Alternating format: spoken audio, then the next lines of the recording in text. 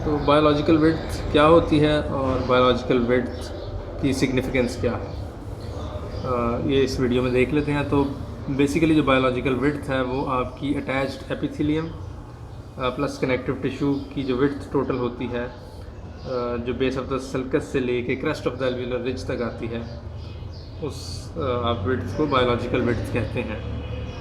तो उसको हम पहले समझ लेते हैं इसमें। तो बेसिकली ये आपका टूथ है, ये उसके साथ आपका फ्री जिंजिवा लगा हुआ है। ये आपकी जो है इतने एरिया में आपकी सल्कस आ जाती है। उसके नीचे यहाँ पे जब आपका बेसिकली जो आपकी सल्कस के साथ एपिथेलियम है, सर्कुलर एपिथेलियम, वो जब टूथ के साथ अटैच होगी तो यहाँ पे जो जितना पार्ट एपिथेलियम का टूथ के साथ अटैच्ड होगा उसको आप कहेंगे कि ये जंक्शनल एपिथेलियम, यानी सर्कुलर एपिथेलियम नीचे जाके जंक्शनल एपिथेलियम में चेंज होगी। और आफ्टर सम टाइम मतलब वो 1 मिलीमीटर तक का आप समझ लें उसकी विड्थ होगी। और उसके बाद बेसिकली आपका नीचे कनेक्टिव टिश्यू अटैच्ड होगा डायरेक्टली यहाँ पे। तो ये 1 मिलीमीटर रफली ये होता है, 1 मिलीमीटर रफली ये होता है। उसके नीचे आपकी बोन आ जाएगी और बोन आपकी पेरिडोंटल फाइबर्स और जिंजिवल फाइबर्स के साथ जो है अटैच्ड होगी सीमेंटम के साथ, आपकी रूट के साथ। तो ये जो जंक्शनल एपिथेलियम थी और साथ आपका कनेक्टिव टिश्यू था नीचे, इसको मिला के आप कहते हैं कि ये आपकी जो इनकी टोटल आपकी लेंथ बनेगी या विड्थ बनेगी, इसको कहेंगे आप कि ये बायोलॉजिकल विड्थ है। अब रफली ये देखा गया कि ये ऑन एवरेज 0.97 एक होती है और 1.03 एक होती है। तो आप रफली कह लें कि 1 मिलीमीटर प्लस 1 मिलीमीटर, तो 2 मिलीमीटर आपकी नॉर्मल बायोलॉजिकल विड्थ होती है। तो सिंपल सी बात होगी, जंक्शनल एपिथेलियम जो एपिथेलियम आपकी टूथ के साथ अटैच्ड है और उसके नीचे कनेक्टिव टिश्यू जो आपके टूथ के साथ अटैच्ड है above the crest of the alveolar ridge and below the depth of the sulcus, ये आपकी जो एरिया है ये बायोलॉजिकल विड्थ है। अब इसकी सिग्निफिकेंस ये है कि जो आपका टूथ है, जो बेसिक आपकी जो समझ लें कि जो नेचुरल आपकी है ना टूथ के साथ जो सराउंडिंग सपोर्ट है, टिश्यूज़ हैं, वो इस 2 मिलीमीटर को मेंटेन रखते हैं। 2 मिलीमीटर में अगर आप वायलेशन करके इसको कम करेंगे तो वो कुछ अर्से बाद नेचुरली वो उसको वापस 2 मिलीमीटर पे ले आएंगे। ज़्यादा करेंगे तो भी आप इसको वो वापस उसको 2 मिलीमीटर पर ले आएंगे। अब इसकी आप समझें कि डेंटिस्ट्री में सिग्निफिकेंस क्या है। तो इसकी सिग्निफिकेंस 2 चीज़ों में आ जाती है। पहली आपकी आ जाएगी रेस्टोरेशंस और दूसरे होंगे क्राउन। तो पहले रेस्टोरेशंस का देख लेते हैं और बाद में क्राउन्स का देख लेते हैं। तो फ़र्ज़ कर लेते हैं कि यहाँ तक आपकी जो मीजियल साइड है, फॉर एग्जांपल प्रॉक्सिमल साइड है ये एक दांत की, यहाँ से इसमें केरीज स्टार्ट हुई हुई और यहाँ तक आपका दांत केरियस है। अब ऑब्वियसली जब आपने ये दांत प्रिपेयर करना है तो ये सारी केरीज रिमूवल उसके अंदर आएगी और यहाँ पे आके आपका प्रॉक्सिमल जो स्टेप बनेगा, आप समझ लें, वो बनेगा कैविटी का। तो ऑब्वियसली बात है कि यहाँ तक जब आप प्रिपेयर कर लेंगे तो ये बायोलॉजिकल विड्थ, जब आप इसके अंदर रेस्टोरेशन करेंगे तो ये बायोलॉजिकल विड्थ को इन्वेड कर रहा है, यानी आपका रेस्टोरेशन जो है वो बायोलॉजिकल विड्थ के क्राइटेरिया के अंदर आ रहा है। वो जंक्शनल एपिथेलियम और कनेक्टिव टिश्यू के पार्ट के साथ आके लगेगा, जबकि आइडियली उसको इससे ऊपर यहाँ पे कहीं पे ख़त्म हो जाना चाहिए। अब उसका होगा क्या, तो ये आपका बेसिकली टूथ बन गया। तो फर्स्ट कर लेते हैं कि यहाँ तक आपकी सारी उसके अंदर कैविटी आ गई, हाइपोथेटिकल। और ये आपका हो गया सल्कस की डेप्थ और इतना पार्ट आप समझ लें कि जंक्शनल एपिथेलियम का बायोलॉजिकल विड्थ का ये रेस्टोरेशन जब आप करेंगे तो ये इन्वेड कर देगी। ये आपकी कनेक्टिव टिश्यू की अटैचमेंट आ गई और नीचे आपकी बोन आ गई। ठीक हो गया।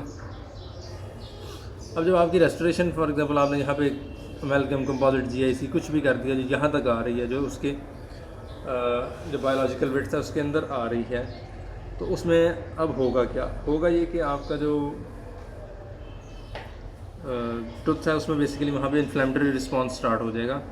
बेसिकली वहाँ पे जिंजिवाइटिस स्टार्ट हो जाएगी। तो उसमें आपको जो 2-3 साइंस मिलेंगे वो ये होंगे कि वहाँ पे सबसे पहले आपको एरिथीमा मिलेगा, उसके बाद वहाँ पे स्वेलिंग हो जाएगी, उसके बाद जब आप वहाँ पे प्रोबिंग करेंगे तो उसके प्रोबिंग के ऊपर ब्लीडिंग होगी। तो ये कुछ साइंस हैं कि आपको पता चल जाएगा कि इस एरिया में आपने बायोलॉजिकल बिट्स को अपनी रेस्टोरेशन से वायलेट किया हुआ है। अब बॉडी क्या करेगी, यानी आपका टूथ क्या करेगा?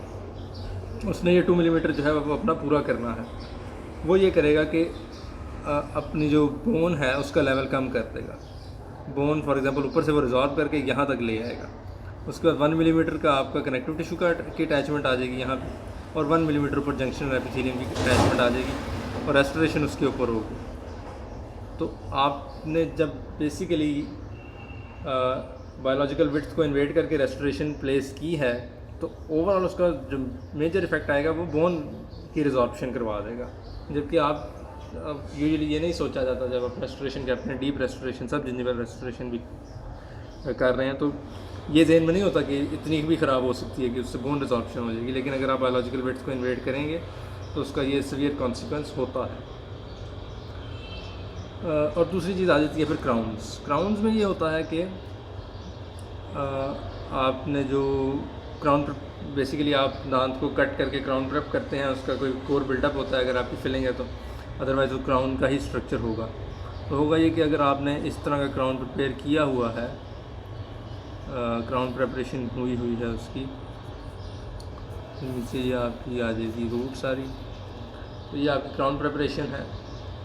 तो अब फॉर एग्ज़ाम्पल ये आपका, अगर तो आपका ये आपकी सल्कस है और उसके नीचे जंक्शनल एपिथेलियम भी नॉर्मल है और कनेक्टिव टिश्यू भी नॉर्मल है और यहाँ पे आपकी बोन आ रही है, तो ये तो कोई प्रॉब्लम वाली बात नहीं है, क्योंकि ये बायोलॉजिकल विड्थ को जब आप इसके ऊपर क्राउन करेंगे तो वो इन्वेड नहीं करेगा। अब फर्ज कर लेते हैं कि आपने क्राउन प्रेप डीप किया, सब जिंजिवल किया कि आपको एस्थेटिक्स अच्छे मिले, तो फॉर एग्ज़ाम्पल वो यहाँ तक जा रही है। अब आपका जो क्राउन होगा वो बेसिकली आपकी बायोलॉजिकल विड्थ को इन्वेड कर देगा। दूसरी एक चीज़ होती है जो क्राउन्स में यूज़ होती है, वो फेरूल कहते हैं उसको।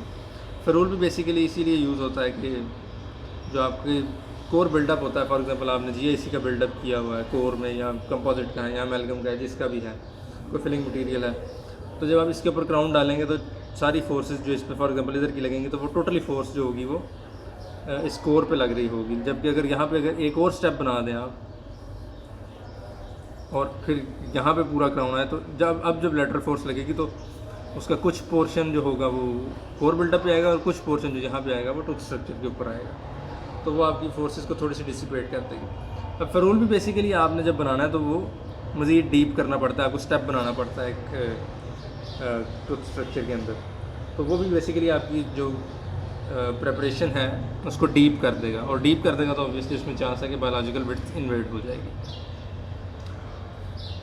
अब उसमें देख लेते हैं कि किया क्या जा सकता है। फॉर एग्जांपल पहले रेस्टोरेशन को देखते हैं। रेस्टोरेशन में ये है कि आपने देखना है कि अगर तो केरियस वो इतना ज़्यादा है आपका टूथ कि रेस्टोरेशन के लिए जो प्रिपरेशन करनी पड़ रही है वो इतनी ही डीप जाएगी कि बायोलॉजिकल विड्थ इन्वेड होगी, तो उसके अंदर दो तरीके आ जाते हैं।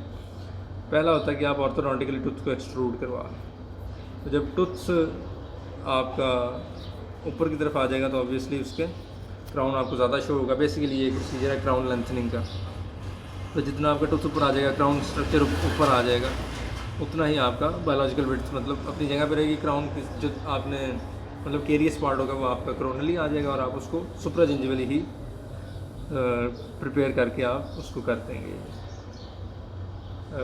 रिस्टोर कर देंगे। और दूसरा आपके पास ऑप्शन सर्जिकल आ जाता है। सर्जिकल के अंदर उसके एक दो प्रोसीजर्स हैं। एक उसमें आपकी जिंजिवेक्टमी आ जाती है और दूसरा आपके पास एपिकली रिपोजिशन फ्लैप आ जाता है।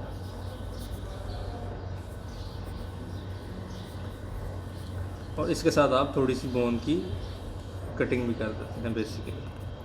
अब होगा क्या, और तो एक्सट्रूजन तो सिंपल है कि आपने वही पार्ट ही ऊपर ले आए हैं जिसकी रेस्टोरेशन करनी थी, तो उसमें आपको वो क्योंकि सुप्राजिंजिवल आ जाएगा तो आप उसको इजीली सब सुप्राजिंजिवली ही उसको प्रिपेयर करेंगे और रिस्टोर कर देंगे।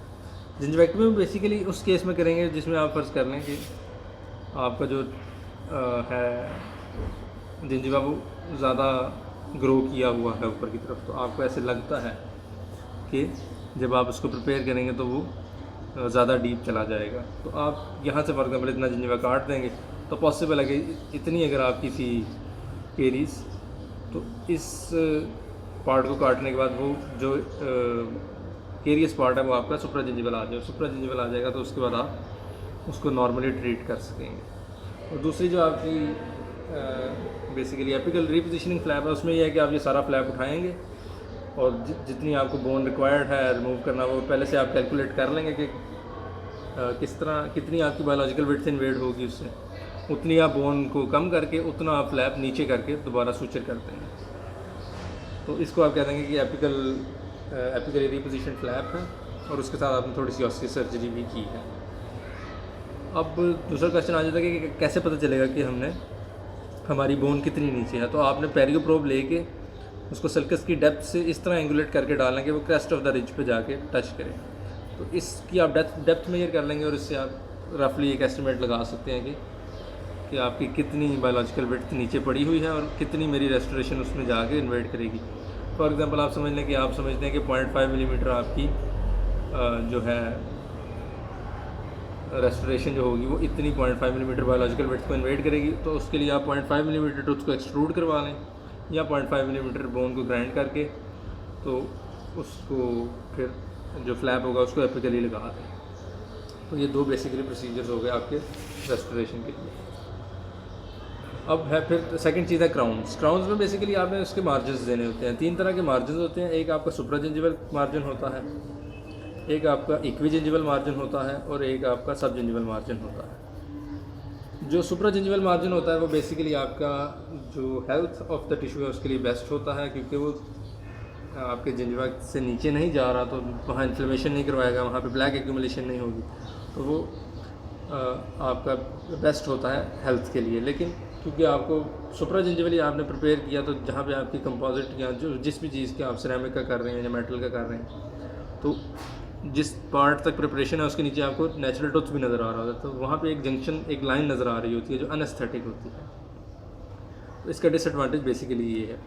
इसके अंदर आपका बायोलॉजिकल विड्थ इन्वेड होने का कोई चांस नहीं होता।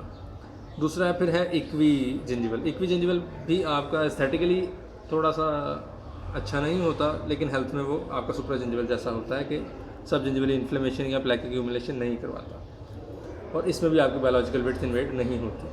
जो थर्ड है सब जिंजिवल है, उसमें बेसिकली आपकी बायोलॉजिकल विड्थ इन्वेड हो सकती है और उसके अंदर आपने बेसिकली यही सारे प्रोसीजर्स करने होते हैं उसको ठीक करने के लिए। और उसमें भी आपने देखना होता है कि फ़र्ज़ कर लें कि ये आपके पास टूथ है ना और ये इसका सर्कस हो गई, यहाँ पे आपकी 2 मिलीमीटर की बायोलॉजिकल विड्थ आ गई और ये आपकी बोन आ गई। अब अगर तो आप सब जिंजिवली इतनी ही यहाँ पे है ये आपकी जंक्शनल एपिथेलियम हो गई, ये आपकी सर्कस की डेप्थ हो गई और ये आपकी बोन हो गई। तो अगर तो आप फ़र्क यूजुअली जो नॉर्मल आपकी सर्कस की डेप्थ है वो 0.6 मिलीमीटर तक होती है, लेकिन 3 मिलीमीटर तक उसको नॉर्मल कंसिडर किया जाता है, लेकिन एवरेज जो है वो 0.6 मिलीमीटर होती है। तो अगर तो आप 0.5 मिलीमीटर जा रहे हैं ना सब जिंजिवल अपने क्राउन मार्जिन के साथ, तो उसमें आपको बायोलॉजिकल विड्थ इन्वेड होने का कोई चांस नहीं है। तो 0.5 मिलीमीटर आप सब जिंजिवली जा सकते हैं without violating the biological width. लेकिन अगर उससे डीप जा रहे हैं तो आपकी बायोलॉजिकल विड्थ इन्वेड हो सकती है।